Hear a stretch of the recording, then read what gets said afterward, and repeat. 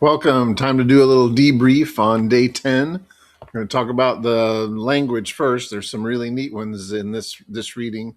Uh, Early on, she says she's talking about Cairo's hands. His hands could move mountains. She's talking about the strength in them, but clearly that's a hyperbole. And as she sees some of the Paralympians running, his legs are sickles. A sickle being the curved thing that people would harvest wheat with before combines were invented. Um, she's trying to describe something that she doesn't recognize by comparing it to something that she knows about, and uses that metaphor. These people look like cyborgs. That's a great one. And then in chapter 7, this idea of pipe dream comes up.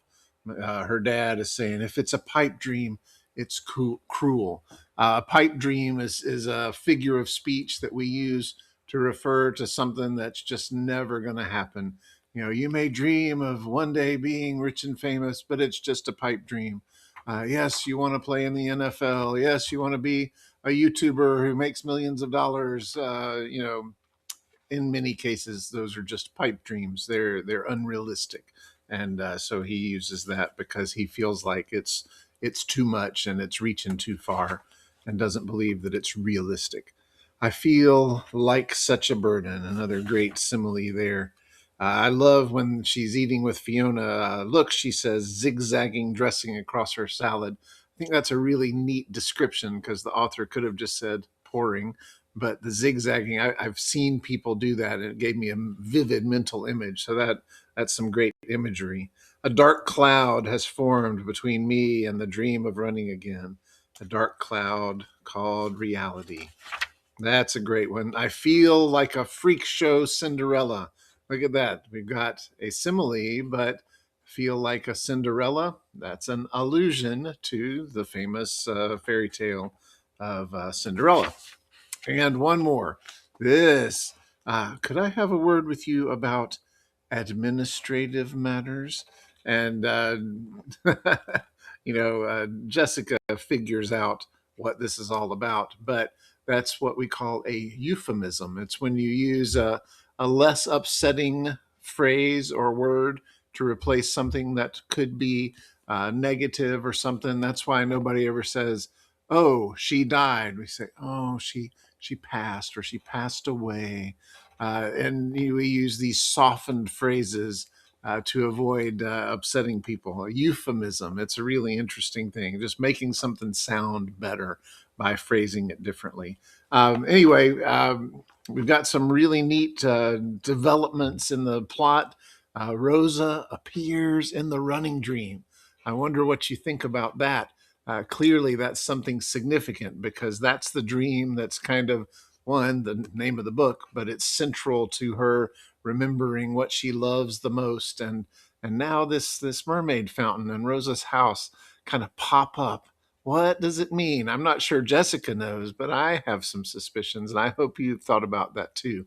The scene in Cairo's office where she sees people with amputations similar to hers, even more severe than hers. Sometimes people are missing parts of both legs and still race. I encourage you to do some YouTube searching for the Paralympics.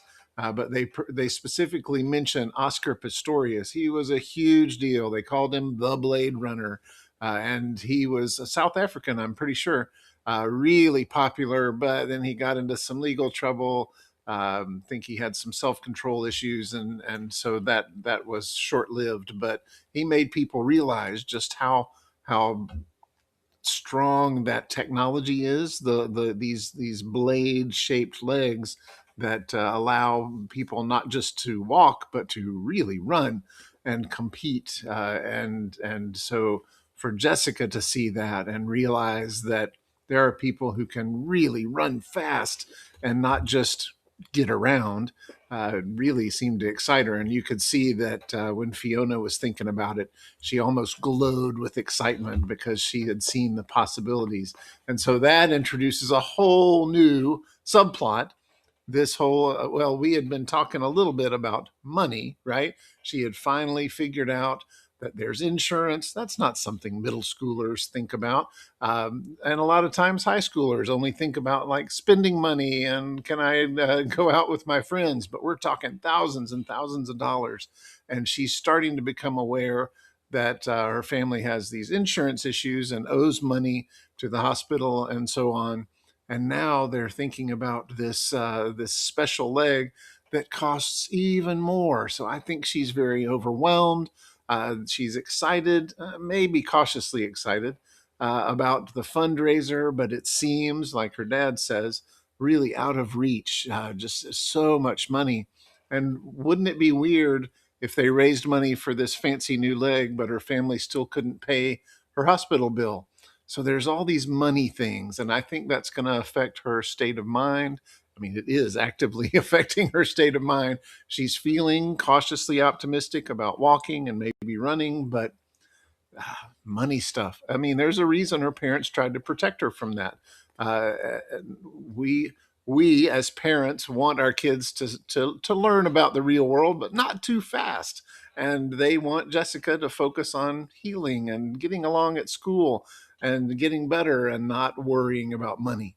But she's doing that anyway. So I want you to really think, make some predictions about what you think will come of the fundraiser, how the insurance issue and just money in general will resolve. I feel like that's going to be really important moving forward, and maybe one of our primary subplots as we go along. Thanks for joining me. We'll see you again for the next installment.